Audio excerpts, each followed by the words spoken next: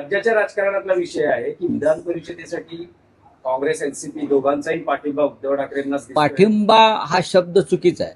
आग्रह आहे. माननीय उद्धव ठाकरे यांनी काय स्वतःची उमेदवारी जाहीर केलेली नाही. उद्धव ठाकरे यांनी जाहीर केलं का मी उमेदवार आहे, मला पाठिंबा द्या.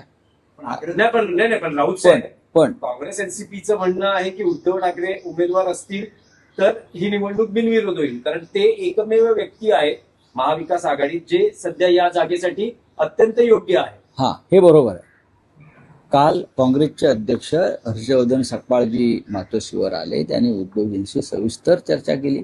फक्त विधान परिषद या एका मुद्द्यावर चर्चा केली नाही, तर भविष्यातल्या अनेक घडामोडी, महाविकास आघाडी म्हणून आपल्याला भविष्यात काय पावलं टाकावी लागतील, येणाऱ्या लोकसभा असतील किंवा अन्य काही निवडणुका असतील, एकत्र काही संघटनात्मक कामं, या संदर्भात चर्चा झाली. आणि त्यांचा आग्रह होता की विधान परिषद निवडणुकीची जी काय आपण सगळ्यांनी पाठवला, विधान परिषदेच्या एका जागेसाठी उद्धव ठाकरे साहेबांनी जावं ही आमची भूमिका आहे.